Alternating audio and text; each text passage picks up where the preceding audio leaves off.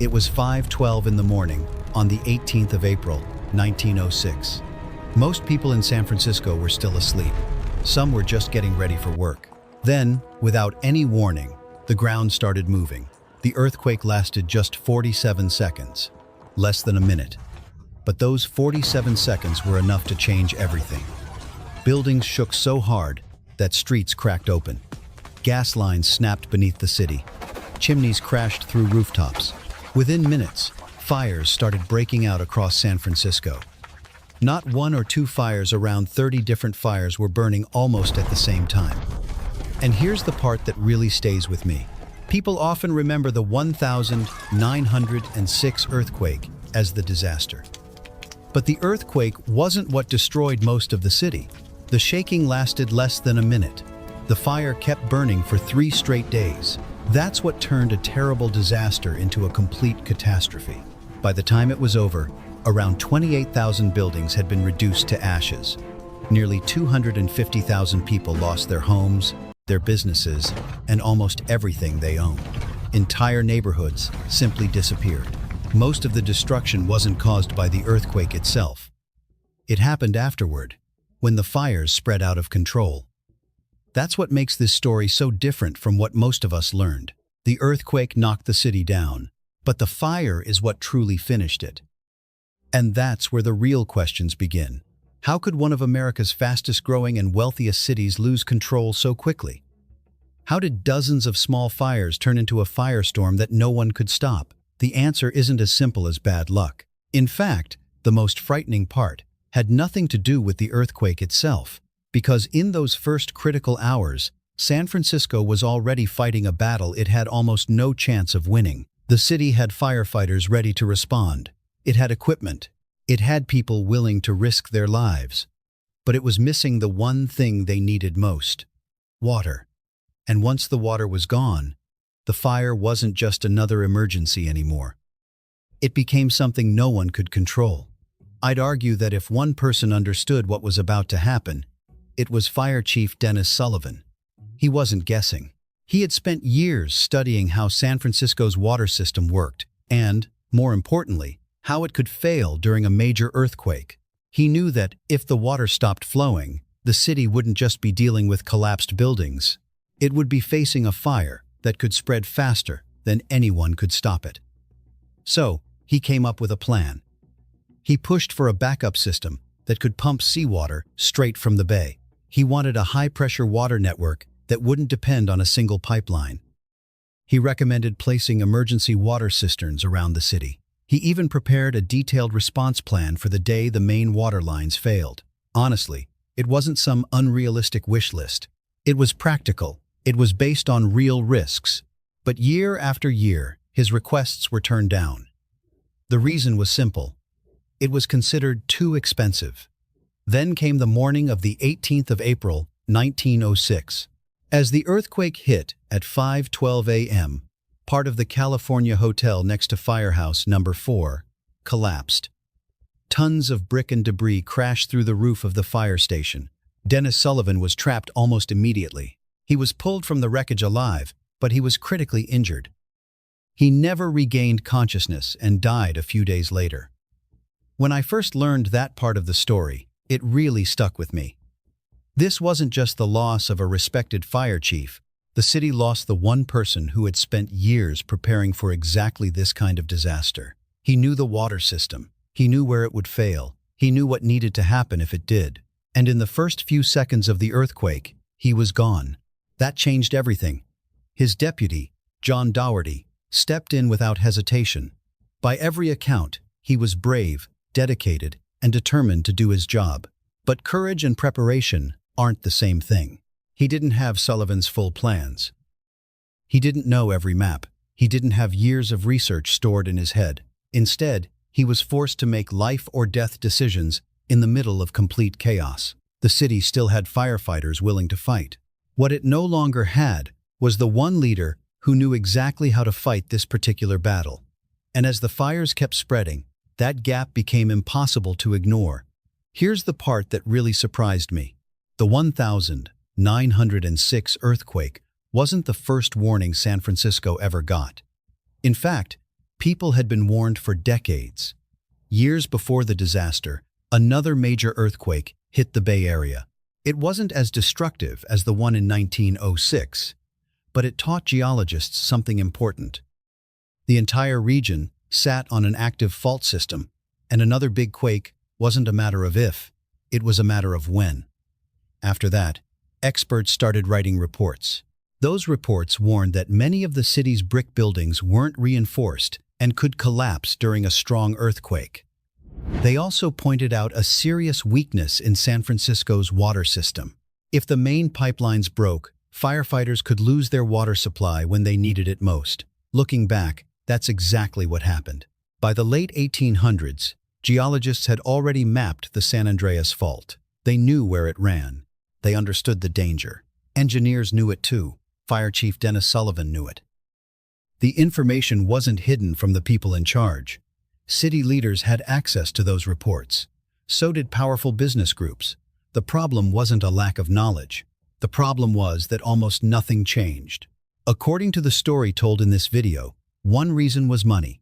Talking openly about earthquake risks could scare investors. It could hurt real estate prices. It could make people think twice before moving to San Francisco or putting money into the city. So instead of preparing for the risk, many leaders chose to stay quiet. That decision didn't seem expensive at the time, but the bill came due in 1906, and it was paid by ordinary people. That's the part I keep thinking about. The earthquake didn't catch the scientists off guard. It didn't surprise the engineers who had studied the fault. It didn't surprise the people who had read the reports. It only shocked the people who were never told the truth. That changes the whole story. This wasn't just a natural disaster that came out of nowhere. It was also a disaster that many experts believed could happen, one that had been discussed, documented, and warned about years in advance. The tragedy wasn't only that the ground moved. The tragedy was that the warnings stayed on paper instead of turning into real action. And once the earthquake hit, there was no time left to fix what should have been fixed years earlier. Here's where everything started to fall apart. The earthquake wasn't the only problem. The city's water system was. On paper, San Francisco had plenty of water. But there was one huge weakness that almost no one outside a small group of engineers seemed to realize. The main water pipeline crossed the San Andreas Fault in several places. That meant, if the fault ever moved the way experts feared it would, those pipes would be some of the first things to break. And that's exactly what happened. The pipelines were made of rigid cast iron. They were strong under normal conditions, but they weren't built to flex when the ground shifted sideways. So when the earthquake struck, the pipes didn't bend. They snapped. The main water line broke in multiple places within seconds. Instead of reaching the city, millions of gallons of water poured into the ground. Almost overnight, San Francisco lost the very thing it needed most. Firefighters rushed to burning buildings. They connected their hoses. They turned on the hydrants. Nothing came out. Imagine standing in front of a house that's on fire, knowing you have the training, the equipment, and the people to fight it, but the water is simply gone. That's the situation they were facing. There were emergency water cisterns scattered around the city, but they held only a limited supply. Even worse, many firefighters didn't know where all of them were. The detailed maps had been kept with Chief Dennis Sullivan, and after he was injured, that knowledge was suddenly missing when everyone needed it most. At the same time, another disaster was unfolding underground. The earthquake had ripped open gas lines across the city. Gas leaked into basements, crawl spaces, and cellars. It mixed with overturned stoves, burning coal, and open flames that people had been using just moments before the shaking began. One spark was enough, then another, and another. Small fires started popping up all over the city. When you look at the whole picture, it's almost like a chain reaction that couldn't be stopped. First, the earthquake shattered the water system. Then, the broken gas lines created dozens of new fires. Firefighters arrived ready to help, only to find dry hydrants. Those small fires kept growing, spreading block after block, until they merged into one massive firestorm. That's what makes this story so unsettling. It wasn't one single mistake. It was a series of failures, each one making the next one worse. By the time people realized how serious the situation had become, they weren't just trying to put out a few fires anymore. They were trying to save an entire city that had already lost its ability to defend itself. I'd argue this is the moment when the disaster became impossible to stop. At first, the fires were scattered across the city. One building here, another a few blocks away, then another. Early that morning, firefighters were racing from one fire to the next, hoping they could keep them under control. But new fires kept appearing faster than they could respond. By midday, everything changed. The separate fires started connecting. One burning block spread to the next, then another. Before long, entire neighborhoods were burning together. It wasn't a collection of fires anymore. It had become one massive wall of fire. And once that happened, people weren't in control anymore. The fire was. The heat became so intense that it created its own weather. Hot air shot upward, pulling fresh oxygen in from every direction. That extra oxygen fed the flames, making them burn even hotter and spread even faster. Some streets basically turned into wind tunnels. The fire created powerful gusts that carried burning debris across rooftops and intersections, starting new fires far ahead of the main flames. At that point, firefighters weren't just fighting burning buildings. They were fighting a force of nature that the fire itself had created. The images from those days are hard to forget. Brick walls glowed red from the heat. Cast iron street lamps began to bend. Barrels stored in basements exploded under the pressure. The air was filled with smoke, flying embers, and winds strong enough to push the flames from one block to another. Imagine standing there. You put out one fire, and 3 more start behind you. You save one building, and the next street is already gone. Nothing stays under control for long. That's what made this disaster so terrifying. It wasn't just spreading, it was feeding itself. Every hour, the fire became stronger than it had been the hour before. By then, firefighters had done almost everything they could. They had the experience, they had the determination. What they didn't have was water. Without it, they weren't stopping the fire. They were simply trying to stay ahead of it. And eventually, even that became impossible. So, the city faced a desperate question. If there wasn't enough water to stop the flames, and the fire had grown powerful enough to create its own wind, what option was left? The answer was one that would shape the next chapter of the disaster. They turned to dynamite. Before this point, the city was still trying to fight the fire. Now it was trying to stop it from spreading. With almost no water left, officials had to make a decision. They chose to use dynamite. On paper, the idea made sense. If you destroy a row of buildings before the flames reach them, you create an empty space. No buildings means no fuel. No fuel means the fire should stop. At least, that was the plan. But cities don't behave like open fields. And fires don't always follow the plan. Army engineers and soldiers began placing explosives inside buildings, hoping to create fire breaks. Many of those buildings weren't even burning yet. The goal was to stay one step ahead of the flames. The problem was what happened after the explosions. The blasts didn't put out the fire, they scattered it. Burning wood, bricks, and hot debris were thrown into nearby streets and rooftops.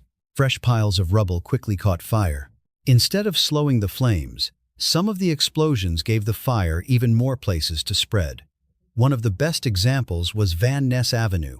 It was supposed to become the city's biggest fire break. Instead, parts of it turned into another active fire zone. According to the historical accounts mentioned in the video, around 500 buildings were eventually destroyed with dynamite. Looking back, it's easy to criticize that decision, but I think it's important to understand the situation they were facing. The people making those calls weren't trying to destroy their own city. They were dealing with something no one had ever experienced on that scale. The water system had failed. The city's fire chief, the one person with the most detailed emergency plan, was gone. The fires were creating their own winds. Every minute they waited, more neighborhoods disappeared. So they reached for the strongest tool they had. Unfortunately, the strongest tool wasn't the right one. That's one of the hardest lessons from this disaster. In a crisis, taking bold action doesn't automatically mean you're taking the right action. If the people making the decisions don't have the right expertise, or they're forced to act without good information. Even a well-intended solution can make the situation worse. And that's exactly what happened here. The explosions weren't meant to help the fire, but in too many places, they did. By then, San Francisco wasn't just losing buildings, it was losing control of the entire disaster.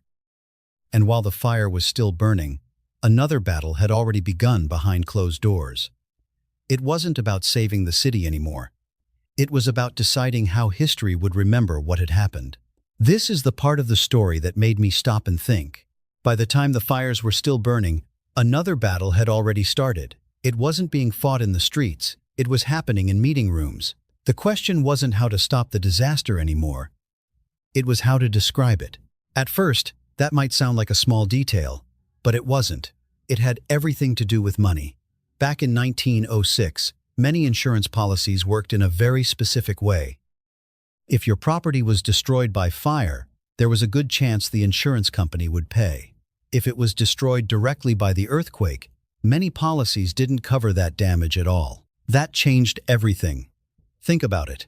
If a building collapsed because the ground shook, the owner might receive little or no compensation. But if that same building burned down in the fire, the chances of getting paid were much higher.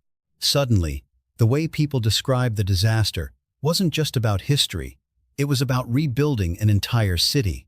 According to the story in this video, city leaders, insurance companies, bankers, and business leaders all had a strong reason to push one message. This wasn't the Great Earthquake, it was the Great Fire. Now, I don't think it's as simple as calling it a conspiracy. The situation was more complicated than that. By treating it as a fire disaster, insurance money could start flowing much sooner. Investors had more confidence. Reconstruction bonds could be issued. Businesses could reopen faster, and San Francisco had a chance to rebuild in just a few years instead of struggling for decades. From that point of view, the decision helped save the city's economy. But here's the part that's hard to ignore. Changing the story also changed what people remembered. The focus shifted toward the fire. Less attention was given to the reasons the fire had become unstoppable in the first place. The broken water system, the ignored engineering reports, the warnings that never turned into action, those lessons slowly faded into the background. That's why I think this is one of the most thought-provoking parts of the entire story. The decision may have helped save San Francisco financially, but it also made it easier to overlook the deeper failures that allowed the disaster to grow so much worse. In the short term, that choice may have saved the city's future. In the long term, it may have hidden some of the most important lessons people needed to remember. And that's the real dilemma.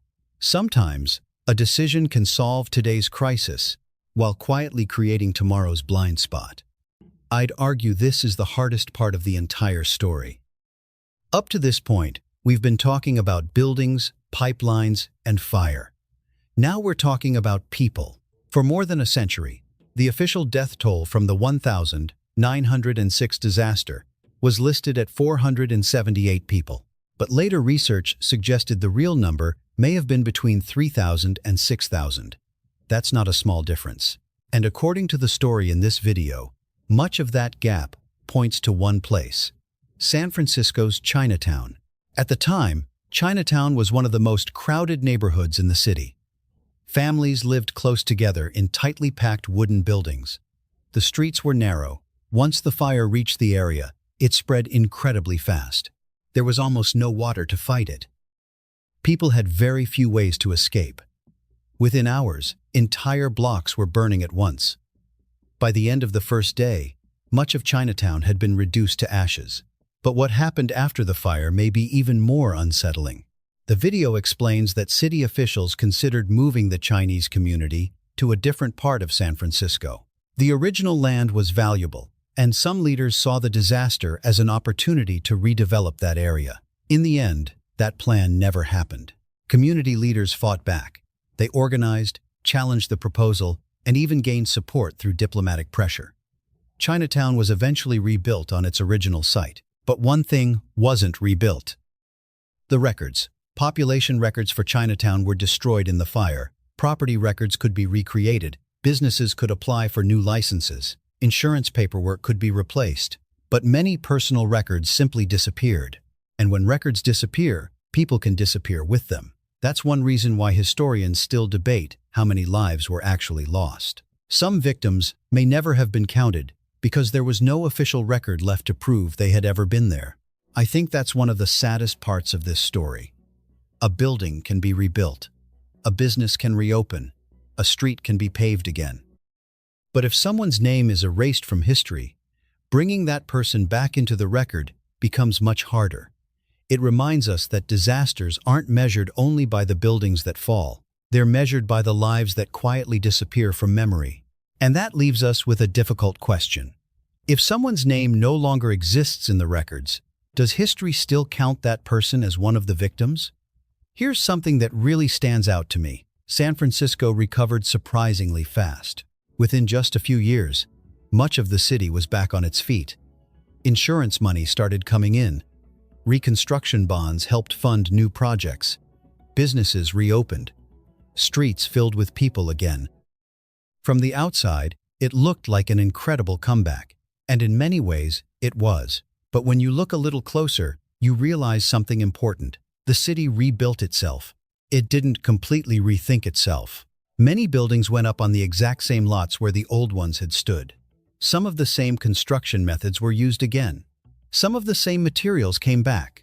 And many of the recommendations experts had been making for years: stronger buildings, better fire protection, wider fire breaks, and smarter planning weren't fully put into practice right away. One example says a lot. Remember the backup saltwater fire system that Chief Dennis Sullivan had been asking for before the earthquake? It wasn't built before the disaster. It was built after it. That really makes you stop and think. The solution already existed. People knew about it. They just didn't act until the city had already burned. To me, that's one of the biggest lessons in this story. Sometimes we don't ignore a problem because we don't know the answer. We ignore it because fixing it feels expensive until the cost of doing nothing becomes much higher. The video makes another point that's hard to overlook. Calling the disaster the Great Fire helped San Francisco recover financially. The insurance money flowed. Investors returned. Construction moved quickly. But there was a downside. When people focused on rebuilding, they spent less time asking why the disaster became so devastating in the first place. Some of the deeper problems stayed hidden. And when the real causes aren't fully understood, real change usually comes much slower. It's almost like getting your house repaired after a flood without fixing the broken pipe that caused it. Everything may look fine again, but the risk is still there. That's why I think the story isn't really about how fast San Francisco recovered. It's about what the city chose to learn and what it chose to leave behind. San Francisco wasn't rebuilt only from ashes. In some ways, it was rebuilt on the same way of thinking that had allowed the disaster to become so much worse in the first place. And history has a way of reminding us that if the mindset doesn't change, the next disaster often starts long before anyone realizes it. Here's what stays with me after looking at everything that happened in 1906. This story isn't really about one disaster. It's about three different failures that happened one after another. The first was the earthquake itself. That part was nature. No one could stop the ground from moving. The second was the failure of the city's infrastructure. Water lines broke, gas lines ruptured. Fire hydrants ran dry. The systems people depended on stopped working at the exact moment they were needed most. And then came the third failure, the people and the institutions. Warnings had been written years earlier. Experts had identified the risks. Solutions had been proposed. But many of those warnings were ignored, delayed, or pushed aside. Later, parts of the story became blurred, and even the true number of victims remained uncertain. When you put it all together, something becomes clear. Only the first disaster was unavoidable. The other two were shaped by human decisions. That's the lesson I keep coming back to. Knowing about a risk isn't enough. A report sitting on a shelf doesn't protect anyone. A warning only matters if it turns into real action. It takes funding. It takes better building standards. It takes emergency planning. And it takes people willing to act before a crisis forces them to. Another lesson is just as important. Backup systems have to exist before something goes wrong. Once the disaster starts, it's already too late to build them. There's something else this story reminds us of. When too much knowledge stays with one person, the whole system becomes fragile. Dennis Sullivan understood exactly how the city should respond. But when he was taken out in the first moments of the earthquake, much of that knowledge disappeared with him. Good systems don't depend on one person. They make sure information is shared, practiced, and passed on. The story also makes you think about history itself. The numbers we remember after a disaster aren't always the complete story. Sometimes records are lost, sometimes people are overlooked, and sometimes the official version reflects who had the power to shape the narrative, not every life that was actually affected. Finally, rebuilding quickly isn't the same as fixing the real problem. You can replace buildings. You can reopen businesses. You can make a city look normal again. But if the thinking that caused the failure never changes, the same weaknesses are still there, waiting for the next crisis. That's why I don't think the biggest lesson from 1906 is about earthquakes. It's about choices. The earthquake lasted 47 seconds. The fires burned for 3 days. But the silence around the warnings that came before it lasted for decades. And maybe that's the question we should all be asking. Which disaster is truly more dangerous? The one created by nature, or the one created when people see the warning signs, understand the risks, and still choose not to act?